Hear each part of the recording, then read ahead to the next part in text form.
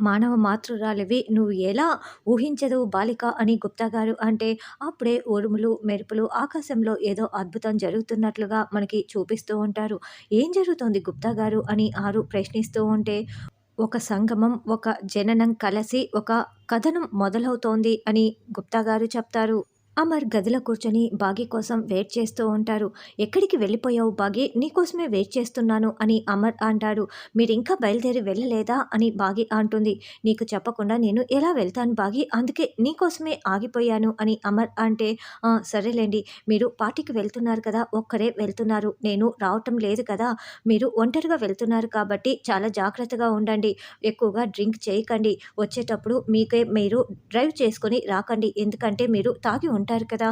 కాబట్టి ఏదైనా cab book చేసుకోవటమో, లేదంటే వేరే ఎవరినైనా డ్రైవింగ్ సహాయం తీసుకోవటమో చేయండి" అని డిన్నర్ అక్కడే చేసి వస్తారా? లేకుంటే వచ్చి తింటారా?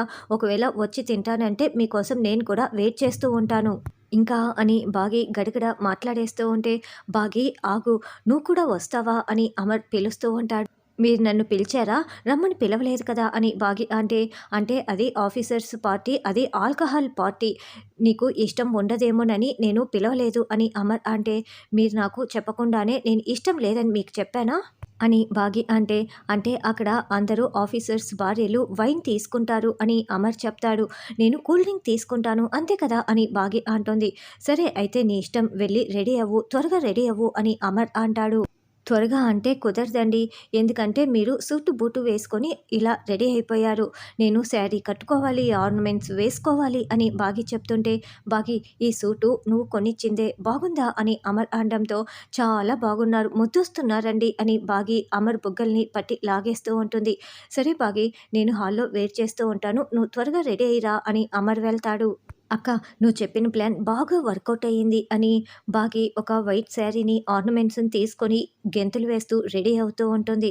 ఇక అమర్ హాల్‌లో కూర్చొని ఉంటే, "అమర్, నువ్వు ఈ సూట్‌లో చాలా హ్యాండ్సమ్‌గా ఉన్నావు. ఏంటి అమర్, ఎక్కడికైనా బయలుదేరుతున్నావా?" అని మనోహరి అంటుంది.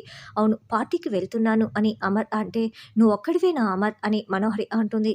"లేదు, నేను బాగీ వెళ్తున్నాము" అని అమర్ అంటాడు. "అదేంటి అమర్, నువ్వు ఎక్కడికి వెళ్ళినా ఫ్యామిలీతో కలిసి వెళ్తావు కదా! మరి పిల్లల్ని తీసుకువెళ్ళట్లేదా?" అని మనోహరి అంటుంది. "వాళ్ళు రావటానికి ఇంట్రెస్ట్ చూపించట్లేదు మనోహరి" అని. "వాళ్ళని చూసుకోటానికి నువ్వున్నావు కదా! నీకేమైనా ప్రాబ్లమా మనోహరి" అని అమర్ అంటాడు. "నేనేమైనా ఆయానా? వాళ్ళని చూసుకోటానికి మీరిద్దరూ పార్టీకి వెళ్తారా?" అని మనోహరి మనసులో మండిపడుతూ, "అబ్బే! ఏం ప్రాబ్లం లేదు అమర్" అని పైకి చెప్తూ ఉంటుంది. అప్పుడే బాగీ శారీ కట్టుకొని అలా నడిచి వస్తూ ఉంటే అమర్ బాగీ అందానికి ఫిదా అయిపోయి కళ్ళార్పకుండా అలాగే చూస్తూ ఉంటాడు. "ఏవండీ, రెడీ అయిపోయాను, బయలుదేరదామా?" అని బాగీ అంటుంది. "సరే రా బాగీ, వెళ్దాం" అని మనోహరి జాగ్రత్త అని అమర్ వెళ్తూ ఉంటాడు. "ఏంటి మనోహరి, నన్ను చూసి నీకు గొంతులోకి వచ్చేసిందా?" "ఆయనకైతే గుండె జారి గల్లంతైపోయింది మనోహరి. ఆయన నన్ను చూసి టెంప్ట్ అయిపోయారనుకో.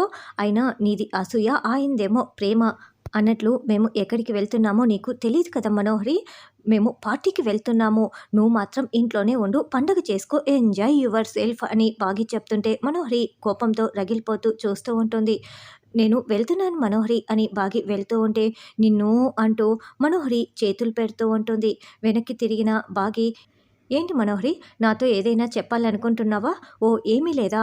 అయితే నేను మాత్రం ఒకటి చెప్పాలనుకుంటున్నాను. వచ్చి డోర్ వేసుకో" అని బాగీ అలా నడిచి వెళ్తూ ఉంటుంది. "పార్టీకి వెళ్తారా? పార్టీకి ఉండవే, నీ పని చెప్తాను" అని మనోహరి గదిలోకి వెళ్ళి నాగు అనే రౌడీకి ఫోన్ చేస్తుంది. నలుగురు రౌడీలు కూడా మందు తాగుతూ పార్టీ చేసుకుంటూ ఉంటారు. "ఏంటి ఈవిడ ఈ సమయంలో ఫోన్ చేసింది?" మేడం చెప్పండి మేడం" అని నాగు అనడంతో, "నువ్వు ఒకరి ప్రాణాలు తీసేయాలి, ఈ రాత్రికే జరిగిపోవాలి" అని మనోహరి అంటుంది.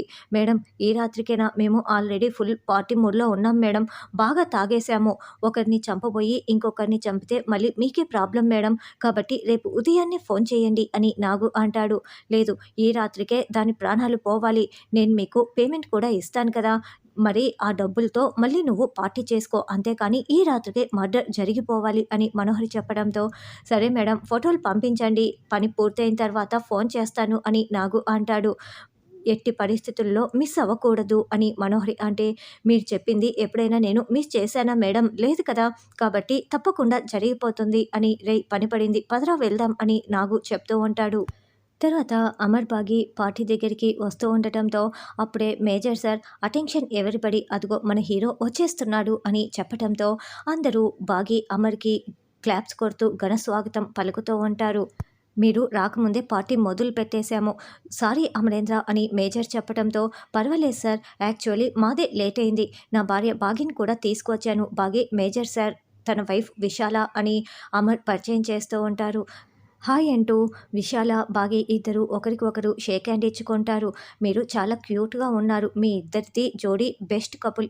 మేడ్ ఫర్ ఈచ్ అదర్‌లా ఉన్నారు అని విశాల, బాగి అమర్‌ని పొగుడుతూ ఉంటుంది. అంజు పాపకి ఎలా ఉంది అని మేజర్ అడగటంతో షీ ఈజ్ ఫైన్ అని బాగి చెప్తుంది. ఈ పార్టీ సగం ఆపరేషన్ దివాళీ సక్సెస్ అయినందుకు, సగం అంజు పాప ఆపరేషన్ సక్సెస్ అయినందుకు. ఆపరేషన్ దివాళీ చేస్తున్నప్పుడు మీరు కూడా అమరేంద్ర పక్కనే ఉండి చాలా గట్స్ ఉపయోగించి ధైర్యం చెప్పారు. ఎనీవే కంగ్రాచ్యులేషన్స్ అని మేజర్ సార్ బాగీని కూడా పొగుడుతూ ఉంటారు. విశాల తనకి కంపెనీ ఇవ్వు అని చెప్పటంతో రండి అంటూ బాగీని విశాల పక్కకు తీసుకువెళ్తుంది. ఇక బాగీతో వాళ్ళందరూ మాట్లాడుతూ ఉంటే అమర్, మేజర్ ఒక టేబుల్ దగ్గర కూర్చొని డ్రింక్ చేస్తూ ఉంటారు.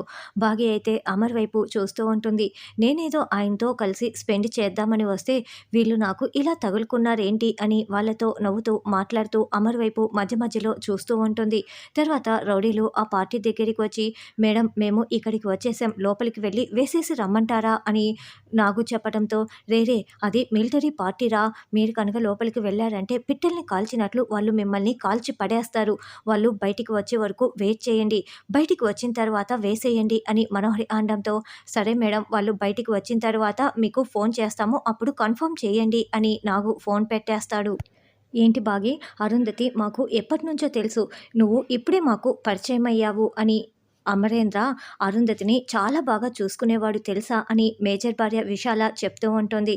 అయ్యో ఆయన నన్ను కూడా ఎంత బాగా చూసుకుంటారో, ఆయన ప్రేమ ఎంత చూపిస్తారంటే ఎప్పుడు బాగి బాగి అంటూ నా వెనకాలే తిరుగుతూ ఉంటారు. ఇంట్లో పనులన్నీ కూడా ఆయనే చేస్తుంటారు. నేను పార్టీకి రాను, పిల్లల్ని చూసుకుంటాను, నాకు రావటం ఇష్టం లేదని చెప్తే వచ్చే వరకు నన్ను అస్సలు వదలలేదు. నువ్వు ఖచ్చితంగా రావాల్సిందే, ప్లీజ్ ప్లీజ్ ప్లీజ్ అంటూ ఎంత బతిమలాడారో. పార్టీకి రావటం కోసం నా దగ్గర శారీ లేదని చెప్పగానే పరిగెత్తుకుంటూ వెళ్ళి శారీ కూడా తీసుకువచ్చాడు. అసలు ఒక్కోసారి ఆయన ప్రేమతో నేను ఎంత ఇబ్బంది పడుతూ ఉంటానో, కానీ సరేలే అలాంటి ప్రేమ దొరకటం కరెక్టే కదా అని నేను కూడా ఆ ప్రేమని భరిస్తూ ఉంటాను. నేనంటే అసలు ఎంత పిచ్చో తెలుసా, నా వెనక అలా బాగి బాగి బాగి అంటూ ఎప్పుడు తిరుగుతూనే ఉంటారు అని బాగి చెప్తుంటే అవునా నిజమా అని విశాల చాలా షాకింగ్గా అడుగుతూ ఉంటుంది. ఇంకో విషయం చెప్పనా, ఆయనే నన్ను దగ్గరుండి రెడీ చేశారు తెలుసా మేడం అని బాగి అంటుంది. అవునా అని విశాల అంటే ఏంటి మేడం మీ వారు మిమ్మల్ని రెడీ చేయరా ఏంటి అని బాగి అంటుంది. మా వారు ఉన్నారులేమ్మా ఎందుకు, అయినా అమరేంద్రలో ఇలాంటి యాంగిల్ ఉందని నాకు అస్సలు తెలీదే, ఎంతైనా నువ్వు చాలా లక్కీ అని విశాల చెప్తూ ఉంటే అవును మేడం అంతేకాదు ఇంకా అని బాగి వెనక్కి తిరిగి చూడగా అక్కడ అమర్ వచ్చి నిలబడి ఉంటాడు. ఏంటి అమరేంద్ర నీలో ఇన్ని యాంగిల్స్ ఉన్నాయా, బాగి చెప్తుంటే నమ్మలేకపోతున్నాం తెలుసా అని విశాల అమర్ని ప్రశ్నిస్తూ ఉంటుంది. అయ్యో దేవుడా నన్ను ఇలా ఇరికించేసావేంటి, ఈయన చూడు ఎలా కోపంగా చూస్తున్నారో అని మనసులో బాగి అనుకుంటూ టెన్షన్ పడుతూ ఉంటుంది. ఇక డ్రింక్ చేసిన అమర్ బాగి పార్టీ అయిపోయిన తర్వాత ఇంటికి వెళ్తూ ఉంటే వర్షం పడుతుంది. ఆ వర్షంలో ఒక పూరి పాకలోకి వెళ్ళి ఇద్దరు ఒక్కటైపోతారు.